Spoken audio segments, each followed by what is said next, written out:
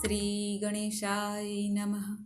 મિત્રો, હું છું કિરણ. આપણી યુટ્યુબ ચેનલ આવો સત્સંગમાં આપ સૌનું સ્વાગત છે. મિત્રો, આજે આપણે સાંભળીશું 1 ઓક્ટોબર 2020 ગુરુવાર. આજે છે અધિક આસો સુદ પૂર્ણિમા.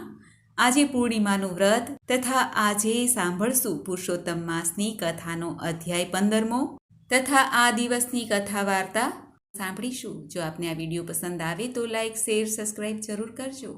મિત્રો, આપણે ઈશ્વરનું ભજન કીર્તન કરવામાં કોઈ બાનાની જરૂર રહેતી નથી, પરંતુ આ પુરુષોત્તમ માસ એવો માસ છે કે આપણા હૃદયમાં એક છાપ છોડીને જાય છે.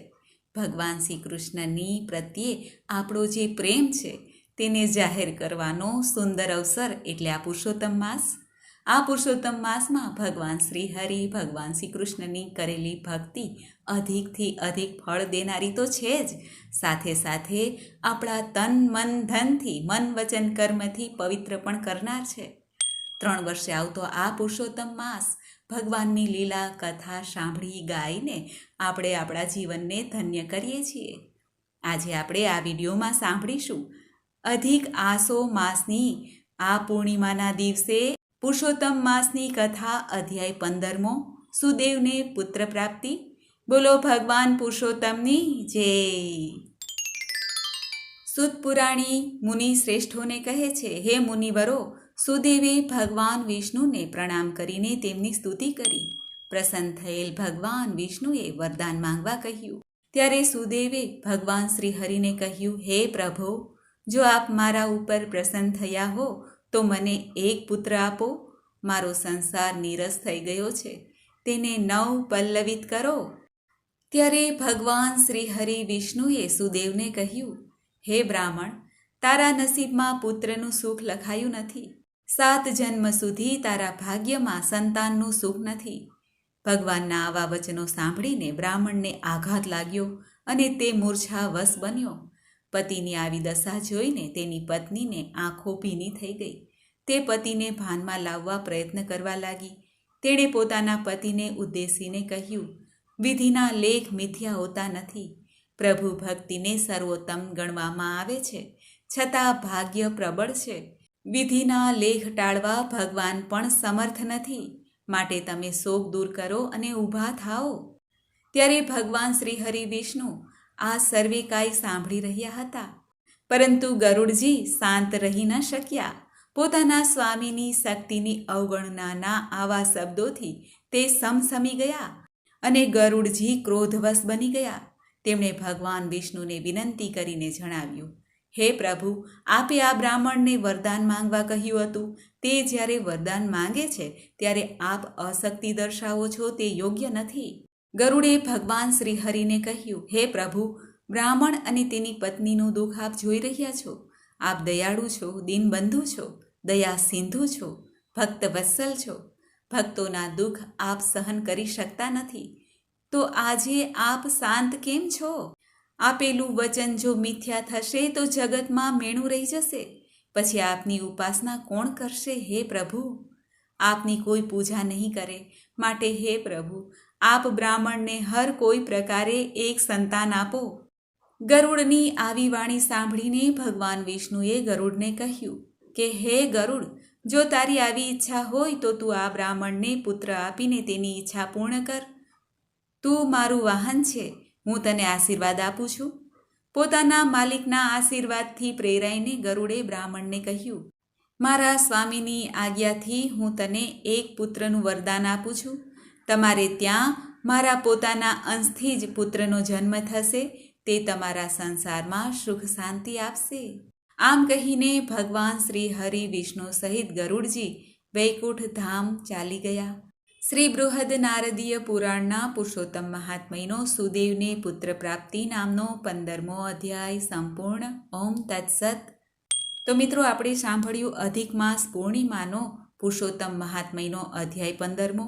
હવે આપણે સાંભળીએ આ દિવસની કથા વાર્તા, ભોળી ભરવાડનની કથા. બોલો પુરુષોત્તમ ભગવાનની જય. એક નાનકડું એવું ગામ હતું. તેમાં થોડાક ખોરડાઓ હતા. તેમાં બ્રાહ્મણની વસ્તી વધુ હતી. ગામની બાજુમાં થઈને એક નદી વહેતી હતી. તેમાં થોડું થોડું પાણી રહેતું હતું.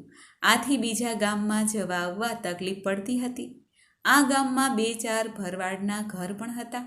તેમાં એક ઘરમાં ભરવાડ ને તેની પત્ની ભરવાડન રહેતા હતા.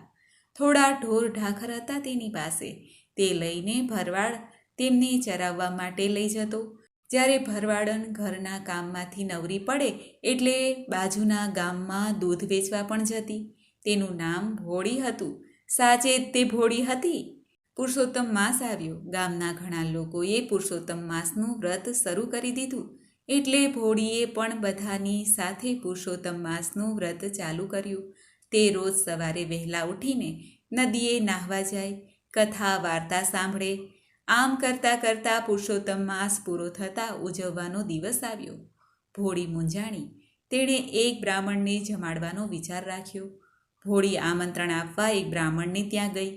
ત્યારે બ્રાહ્મણે જમવા આવવાની ના પાડી. ત્યારે આ ભોળી ભરવાડન બીજા બ્રાહ્મણ પાસે પણ ગઈ. તેણે પણ ના પાડી. તેને ત્યાં કોઈ બ્રાહ્મણ જવા માટે તૈયાર ન હતા. કેમ કે બ્રાહ્મણો જાણતા હતા કે ભોળીને ત્યાં જમવા જઈશું તો ભોજનમાં ઘેંસ અને છાશ જમવા મળશે. આથી કોઈ બ્રાહ્મણ આ ભોળીને ત્યાં જમવા માટે હા ના પાડી. બ્રાહ્મણને જમાડ્યા વગર વ્રત કેમ પૂરું થાય, આમ વિચારીને ભોળી નિરાશ થઈ ગઈ. 2 દિવસ સુધી જમી પણ નહીં. ઘરનું કંઈ કામકાજ કર્યા વગર નિરાશ બદને 2 દિવસ સુધી બેસી રહી. તે મનમાં ને મનમાં પુરુષોત્તમ ભગવાનને યાદ કર્યા કરતી હતી. છેવટે પુરુષોત્તમ ભગવાન તેની વહારે આવ્યા. બટુક બ્રાહ્મણનું રૂપ લઈને તેના ઘર પાસેથી પસાર થવા લાગ્યા. ભોળીએ જોયું કે બટુક બ્રાહ્મણ પસાર થઈ રહ્યા છે એટલે ઝટ કરતાં ઊભી થઈ. આ બટુક બ્રાહ્મણ પાસે જઈને ભોળી બોલી, હે મહારાજ, મારે ત્યાં જમશો? ત્યારે બટુક બ્રાહ્મણે કહ્યું, હા બહેન, જમાડશો તો જમીશ. ત્યારે ભરવાડણે બટુક બ્રાહ્મણને કહ્યું, હે મહારાજ, મારે ઘેર તો ઘેંસ અને છાશ મળશે, તે ખાશો?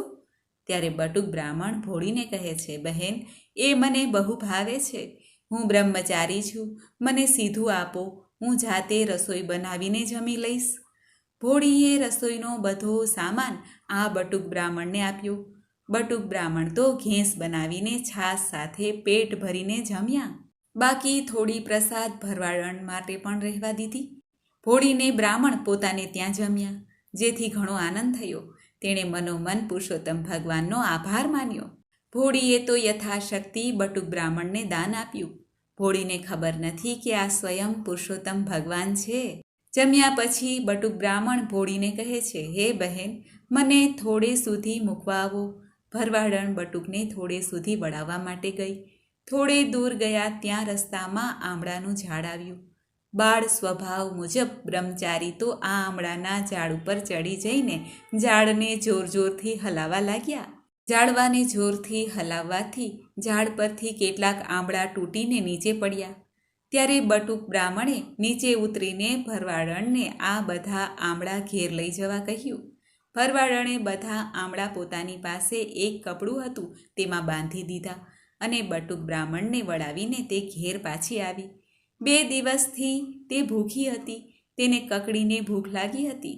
ત્યારે તેણે બટુક બ્રાહ્મણે રાખેલા પ્રસાદ લેવાનો વિચાર કર્યો. તેણે હાસડીમાં જોયું તો ઘેંસને બદલે મિષ્ટાન બની ગયું હતું. આ જોઈને તે અચંભો પામી. ત્યારે તેણે કપડામાં રાખેલા આંબળા પણ છોડીને જોયું તો આંબળા બધા હીરા બની ગયા હતા. ભોળીને ખ્યાલ આવી ગયો કે બટુક સ્વરૂપે આવનાર પુરુષોત્તમ ભગવાન હતા. મેં મૂર્ખીએ તેમને ઓળખ્યા નહીં.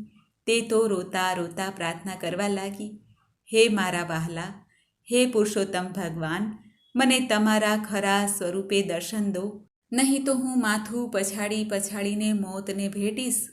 મારે આ બધું કંઈ જોઈતું નથી. મને તો તમે દર્શન આપો, એમાં જ બધું આવી જશે. હું કેવી આંધળી કે હું તમને ઓળખી ન શકી. મારી પર દયા લાવીને મને દર્શન આપો.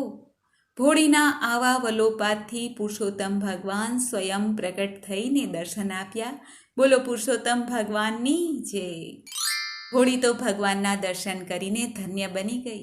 ભોળી ભરવાડણનો અવતાર સફળ થઈ ગયો. આમ પુરુષોત્તમ માસના પ્રભાવથી સ્વયં પુરુષોત્તમ ભગવાન ભોળીને ઘેરે આવીને ભોળીનું કલ્યાણ કરી ગયા. બોલો પુરુષોત્તમ ભગવાનની જય. મિત્રો, તો આજે અધિક આસો માસની પૂર્ણિમા. આજે આપણે સાંભળ્યો પુરુષોત્તમ મહાત્મ્યનો અધ્યાય 15મો અને આ દિવસની વાર્તા કથા પણ સાંભળી. હવે આપણે સાંભળીએ પૂર્ણિમા વ્રતના મહાત્મય વિશે. મિત્રો, દરેક માસની એક પૂર્ણિમા વર્ષની 12 પૂર્ણિમા હોય છે અને જ્યારે ખાસ કરીને આ પુરુષોત્તમ માસ આવે છે ત્યારે 13 પૂર્ણિમા આવે છે. પૂનમ રહેનાર કે વ્રત રાખનારને આ પૂર્ણિમાનું વ્રત ઘણું ફળદાયી છે. પૂર્ણિમાના દિવસે સવારે વહેલા ઉઠીને સ્નાન આદિથી પરવારીને અને દેવ દર્શને જવું જોઈએ અથવા આપણા ઘરના મંદિરમાં રાખેલા શિવલિંગ કે ભગવાન મહાદેવની પૂજા અર્ચના કરવી જોઈએ. માં જગતજનની કલ્યાણી કુળદેવીની પણ પૂજા આરાધના કરાય છે. અને ખાસ કરીને આ પુરુષોત્તમ માસની પૂર્ણિમા એટલે તો પુરુષોત્તમ ભગવાનની વિશેષ સેવા પૂજા. ભગવાન શ્રી કૃષ્ણની કોઈ પણ મૂર્તિ ફોટો હોય તેને સ્વચ્છ કરીને સુંદર રીતે સજ્જ કરીને ભગવાનને ધૂપ દીપ નૈવેદ્ય તુલસીપત્ર સમર્પિત કરવા જોઈએ. અને આ પૂર્ણિમાના દિવસે ભગવાનને મિશ્રીયુક્ત દૂધ તથા દહીં માખણ આદિ ભોગ પણ સમર્પિત કરાય છે. ભગવાનને પૂર્ણિમા ખૂબ જ વહાલી છે અને આ પૂર્ણિમા તો બ્રહ્માજીને પણ અતિ પ્રિય છે એવું કહેવાય છે. તેઓ પૂનમ રહેનાર ઉપર હંમેશા પ્રસન્ન રહે છે. પૂર્ણિમાના દિવસે માતાજીના મંદિરમાં ધૂમધામેથી લોકો દર્શન કરવા જાય છે, પૂર્ણિમા ભરે છે. ડાકોર તથા અંબાજી માતાજીની પૂર્ણિમા ઘણાય ભરવા જાય છે. પરંતુ આ કોરોના કાળમાં તો અત્યારે આપણે આ બધું કરી ના શકીએ. કોઈ ભાગ્યે જ દર્શને જઈ શકતા હશે. માટે ઘેરે જ આપણે ભગવાનની આરાધના પૂજા કરીએ અને મન મનાવીએ. પ્રભુ પ્રેમથી ભાવથી આપણી ઘેરે પણ આવે છે ને. આ ભોળી ભરવાડની વાર્તા આપણે સાંભળીને પ્રેમથી ભાવથી જો ભજશો ને તો ભગવાન દરેકની ઘેરે આવે છે.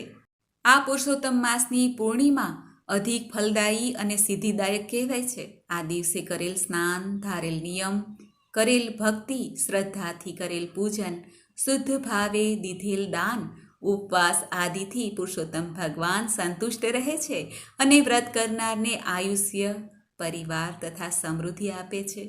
ભુક્તિ અને મુક્તિ આપે છે ભગવાન શ્રી કૃષ્ણ.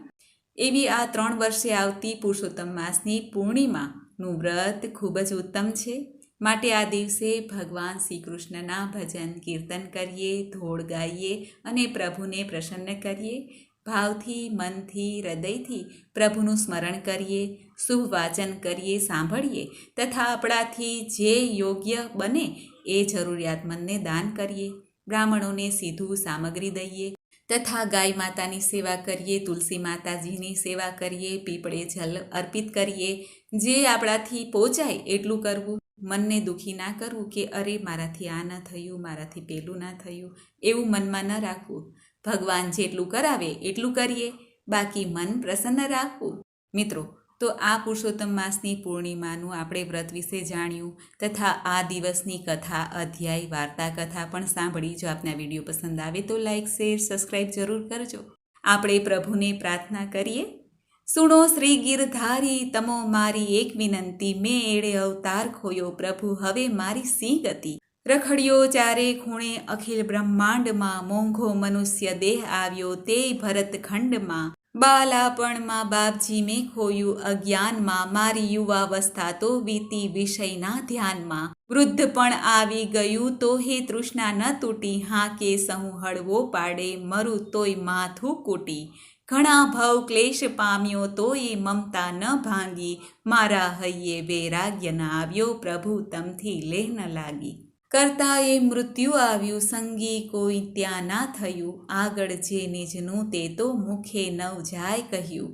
એવા અનેક ફેરા હું આવ્યો ને ગયો, પણ તમને ભજ્યા વિના મારો છૂટકો કહી ન થયો. હું માયાના પાસ તોડી સેવું તમને શ્રીહરિ, એવું બળ મારામાં નથી હું કહું છું કરગરીને.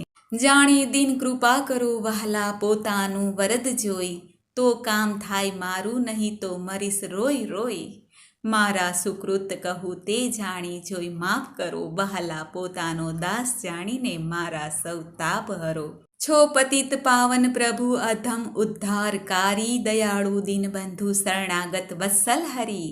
હે ગોપીજન વલ્લભ વહાલા તમો કૃપા સાગર કહાવો, ઘણાને કૃપા કરી માટે કરું છું દાવો. બોલો ભક્ત વત્સલ ભગવાનની જય, પુરુષોત્તમ ભગવાનની જય. મિત્રો, મને આશા છે કે આપને આ વિડીયો જરૂર પસંદ આવ્યો હશે. મને સાંભળવા માટે ધન્યવાદ. આપ સૌને મારા જય શ્રી કૃષ્ણ.